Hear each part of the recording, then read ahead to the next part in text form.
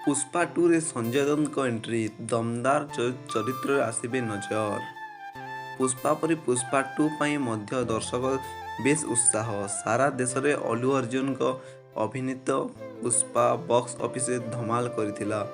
फिल्मटी 300 कोटी रु अधिक रोजगार करी सोशल मीडिया रे एक भिन्न क्रेज थिला। वर्तमान पुष्पा 2 रो काम आरंभ होईछि। कहा जाउछि कि चलित वर्ष सबुठु बड़ चलचित्र हेबो। किंतु वर्तमान एभली सूचना सामना को आसी शुणिला परे प्रशंसक खुशी रे नाची उठिबे।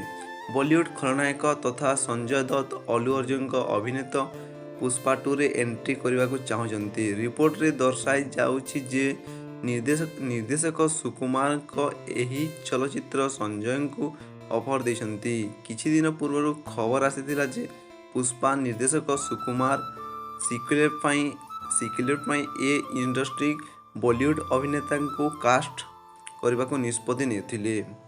वर्तमान संजय को एही चलचित्र काम करुଥିବା खबर प्रशासक पाई एक रोमांचक अटे। संजय को चरित्र पुष्पा 2 रे किपरि रहिबो बोली रिपोर्टर रो एहा मध्य प्रकाश पाइछि। कहा जाउछि जे एही फिल्म रे जणे बड़ प्रभावशाली व्यक्ति भूमिका रे अभिनय करने को चाहते। संजय पूरा फिल्म रे रहिबे नाही। तांको चरित्र एक लंबा कैमियो हेबो।